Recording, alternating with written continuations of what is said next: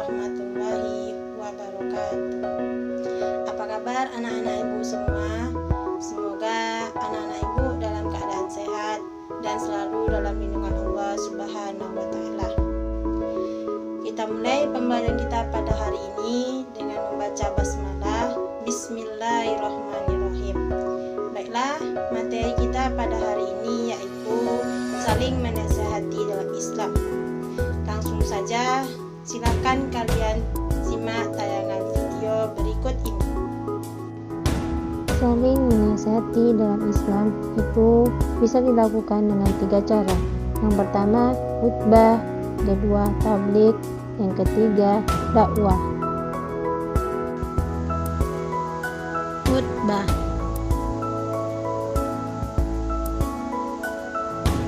Khutbah berasal dari bahasa Arab yaitu khotobah yakhtubu khutbatan, memberi nasihat dalam kegiatan ibadah.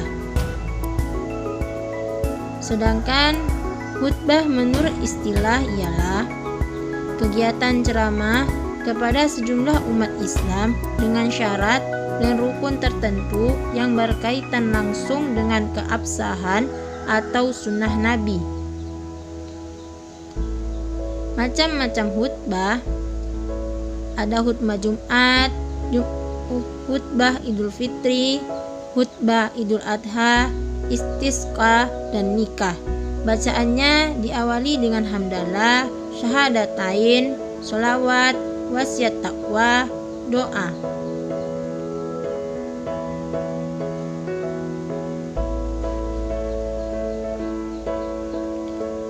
Khutbah ini salah satu aktivitas ibadah, maka dari itu tidak boleh ditinggalkan dikarenakan akan membatalkan aktivitas ibadah tersebut. Misalnya, itu ketika sholat Jumat. Sholat Jumat tidak akan sah apabila tidak ada khutbah. Ketentuan khutbah. Ketentuan khutbah ada 4. Yang pertama, syarat khotib.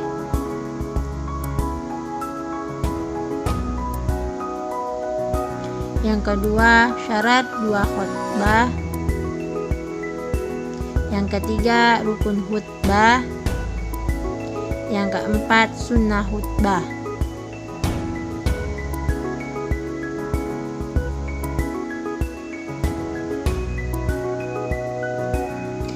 Syarat khotib, yang pertama Islam, yang kedua baligh, yang ketiga berakal sehat, yang keempat mengetahui ilmu agama. Syarat 2 khutbah, yang pertama khutbah dilakukan sesudah masuk waktu zuhur, khutbah Jumat. Yang kedua, khotib duduk di antara 2 khutbah. Yang ketiga, khutbah diucapkan dengan suara yang keras dan jelas. Yang keempat, tertib.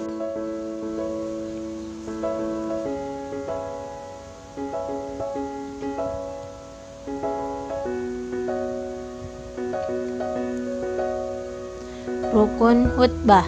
Yang pertama, membaca Alhamdulillahirabbil alamin. Yang kedua, membaca syahadatain, asyhadu an la ilaha illallah wa asyhadu anna muhammadar rasulullah.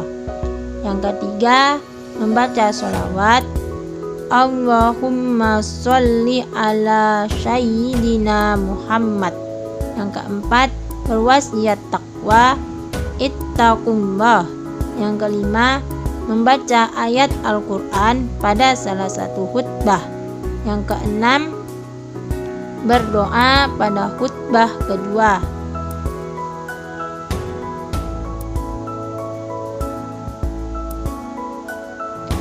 Sunnah khutbah. Yang pertama, khatib berdiri ketika khutbah. Yang kedua, diawali dengan salam. Yang ketiga, khutbah harus jelas, mudah dipahami dan tidak terlalu panjang.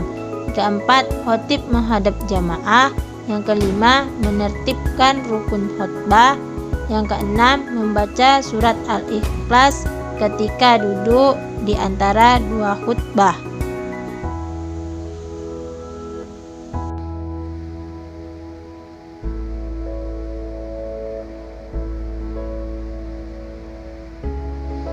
Pada prinsipnya, tata cara khutbah bagi sholat Jumat dan sholat Idul Fitri, Idul Adha ini sama, hanya saja waktu pelaksanaannya yang berbeda.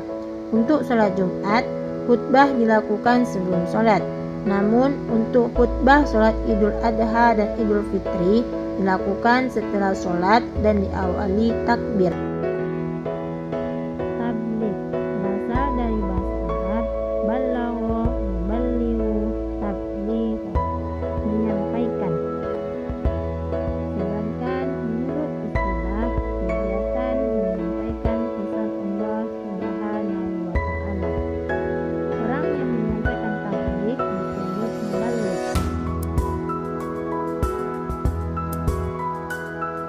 Ketentuan tabligh: yang pertama Islam, yang kedua balik, yang ketiga berakal, yang keempat memahami ajaran Islam.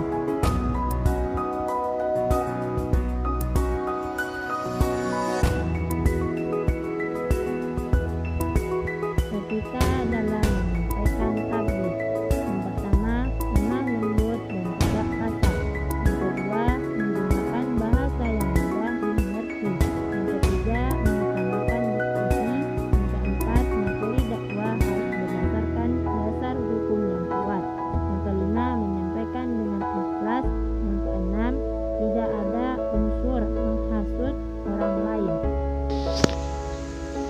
Pada prinsipnya, tabligh dan dakwah ini sama, hanya saja pola dan metodenya yang berbeda.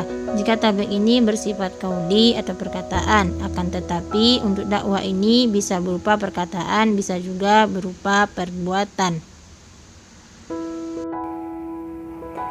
Dakwah, pengertian dakwah berasal dari bahasa Arab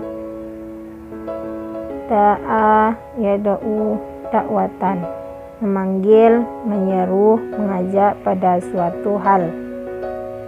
Sedangkan menurut istilah, dakwah adalah kegiatan mengajak orang lain untuk menuju jalan Allah.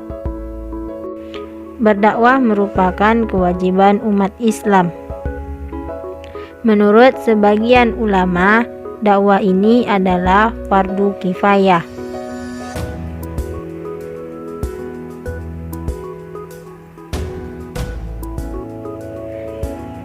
Berdakwah telah diajarkan oleh Rasulullah.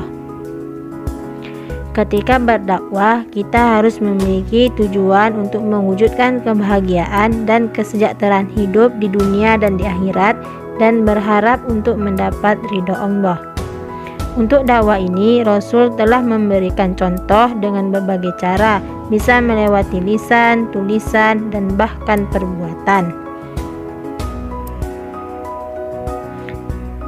Ketentuan dakwah.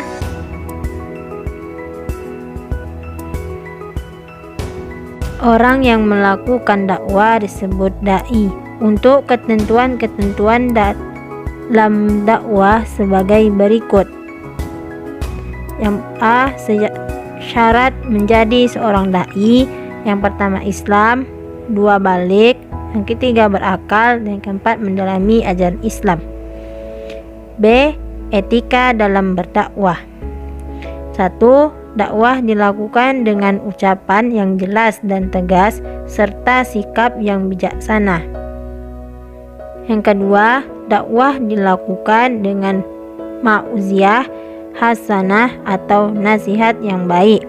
Yang ketiga, dakwah dilakukan dengan mujadalah, yaitu diskusi atau tukar pikiran dan santun serta menghargai pendapat orang lain.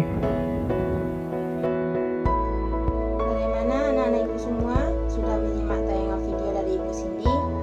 Maka kesimpulan pembelajaran kita pada hari ini yaitu untuk saling menasihati dalam Islam dapat dilakukan dengan 3 cara. Yang pertama khutbah, yang kedua tabligh, dan yang ketiga apabila kalian ingin menyampaikan pesan Allah, maka kalian dapat menggunakan salah satu dari 3 cara ini. Sekian pembelajaran kita pada hari ini. Semoga anak-anak ibu dapat mengerti dan memahami materi kita pada hari ini dan dapat diterapkan dalam kehidupan masyarakat.